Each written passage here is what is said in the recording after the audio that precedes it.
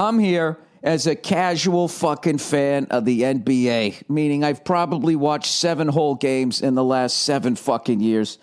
And I watched the second half of last night's Cleveland Cavaliers versus the fucking Golden State Warriors in a bar with the sound down. Now, here comes my analogy. My favorite fucking moment of last night. And this thing, I don't have a dog in the fight. I'd love to see LeBron win a championship for Cleveland. And I always liked the Golden State Warriors because they stunk, you know, and their fans fucking hung in there. And I liked their floor and all of that shit in that old piece of shit stadium they play in. I went to a game there about fucking 10 years ago. And there was like nobody there. And they had the sickest fucking live band there. They were playing Herbie Hancock. What is that song? Wow, dow, dow, whip, up, bip, bow, doo, doo, bip, bip, bip, wow, doop, duck, doop, doo, duck, doop, bip, dup, doop. Fucking sickest shit ever, right? It was way better than what I just did. The fuck was the name of that song? I got that on my fucking phone somewhere. Oh, Jesus. You know what? I'll play it for you here in a second. Maybe you guys understand what this one is. Herbie Hancock. It wasn't Watermelon Man. What the fuck was it called? Headhunter? Herbie Hancock. I'm going to hit pause while I look this up so I don't torture you here. All right, I got it. They were playing Herbie Hancock Chameleon.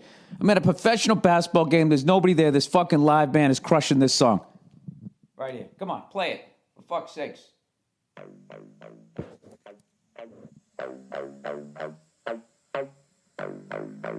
Everybody's looking around like, this fucking game sucks. Listen to this band, though. They're killing it. Harvey Mason. All right. Black people all start moving around. White people start getting uncomfortable. Then the guitar player comes in. Maybe he comes in on the next bar.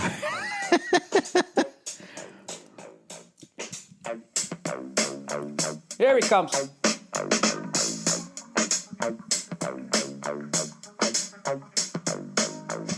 I felt like I was in a fucking movie. So I was like, you know what? I love this franchise. You know what? This is if you suck, this is what you should be doing. Saying, listen, man, we're only going to win 8 games a year. Let's fucking get a killer band to come in there, and people can at least have a good time. It was a fucking party, and they lost by like fucking 30. So anyways, I don't have a dog in this fight, and I watched this game. I watched this game with the fucking sound on. That was Herbie Hancock Chameleon, by the way, before you try to Shazam it.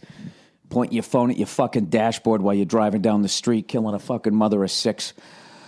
I have to tell you this. Over the last couple of games that I've watched, like the NBA has fucking changed so much.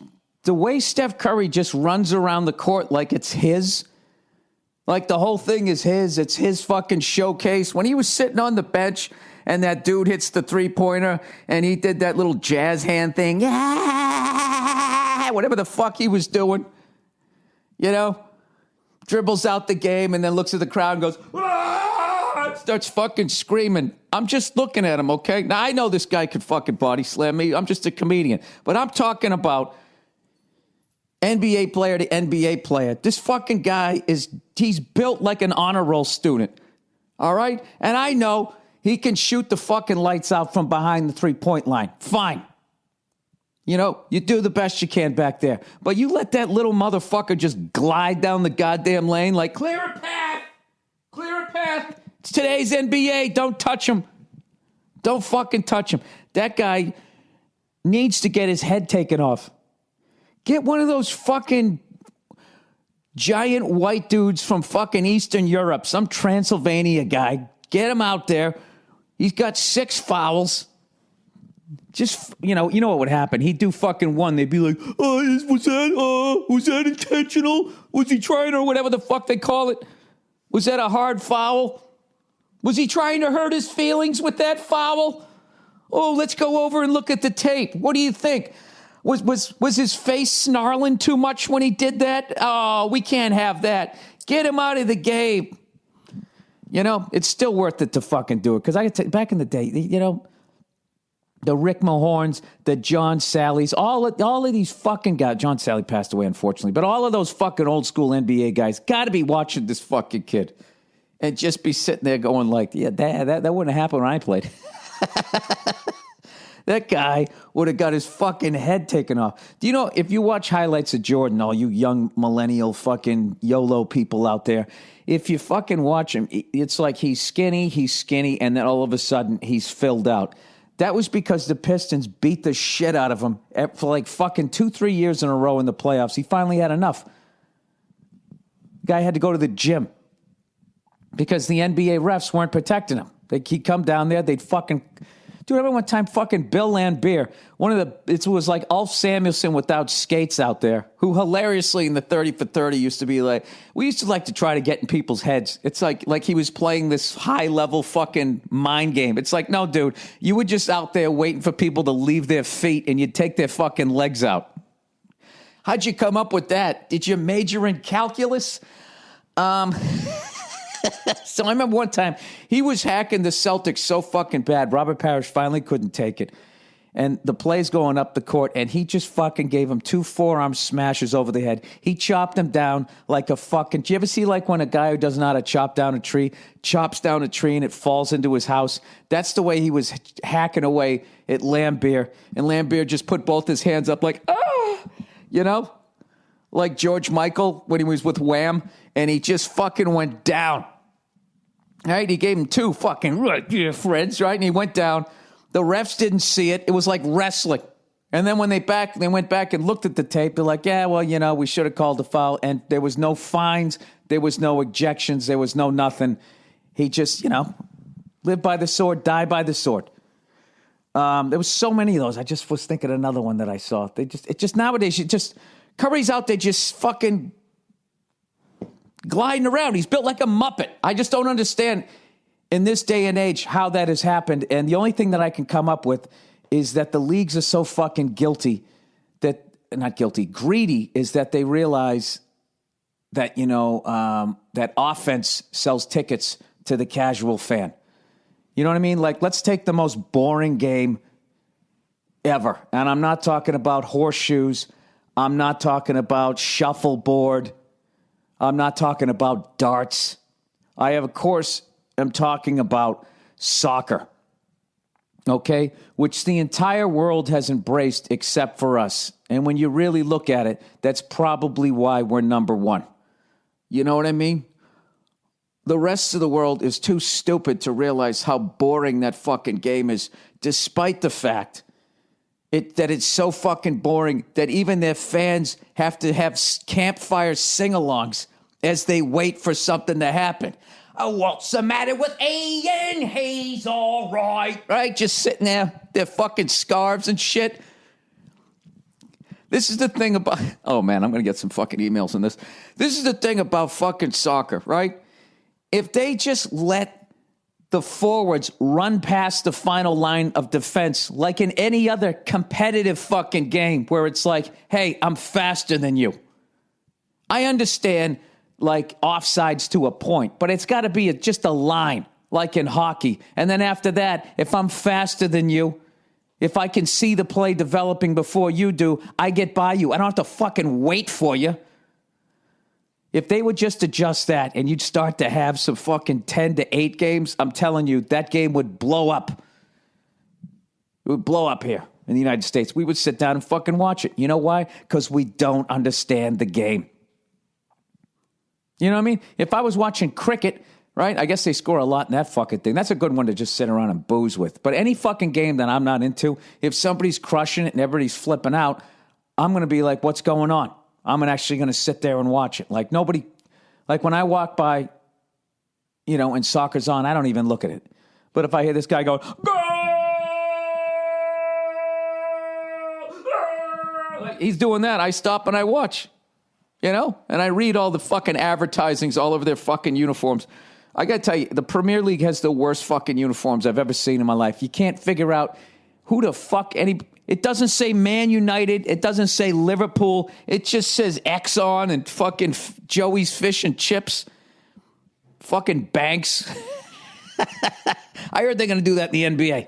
But anyways, I think that's what happened to the game. And I know I don't know what the fuck I'm talking about. I'm too fucking busy to pay attention. And at the end of the day, I never really excelled in sports anyway. So who better to break down what's wrong with the fucking NBA than some stuttering fucking prick like me? I think you got an entire generation of people that grew up playing Madden football and all of this shit, and everybody was the Globetrotters, and now they're just doing like the real version of it. All right? I love Steph Curry. He's the greatest shooter I've ever seen in my life. But watching him just glide down the fucking lane is ridiculous, which is why last night, after the fucking whistle blows, he just decides, like, oh, I'm just going to fucking, I'm going to take a little layup here. You know, right next to LeBron James. And I love that LeBron blocked it and looked at him like, get the fuck out of here. That's what they need to do. All right?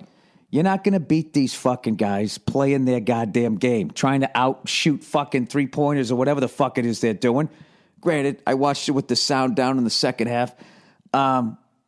They need to fucking, I'm telling you, they got to give them the old right there for it. That's what they got to do. Okay? That's what you do. If the other team is faster, if the other team fucking, you have to play physical. I'm not saying play dirty. Pittsburgh Penguin fans. I'm not saying you hire a fucking knee breaker and end the career of the best player on their other team. I'm not saying that. All I'm saying is when the guy comes down the lane, your whole team should be yelling, clear a path! You know, and this guy looks like he's in the fucking Globetrotters. Now that I'm done with that little fucking soliloquy, most of that was based in what happens as you get older, you know, and you start realizing your own mortality. And there's a couple of panic thoughts that you have is, you know, the world is changing. I'm going to die and it's going to keep going. Part of it was that the game has changed. You know what I mean? I am kind of the old man going, why can't they have short shorts again and clothesline somebody? It's amazing somebody's balls didn't come out. Like during that Rambus play, it's unbelievable that his junk didn't come out the side. He fucking literally did like, you know, like a, he was doing like a Thomas Flair in the air.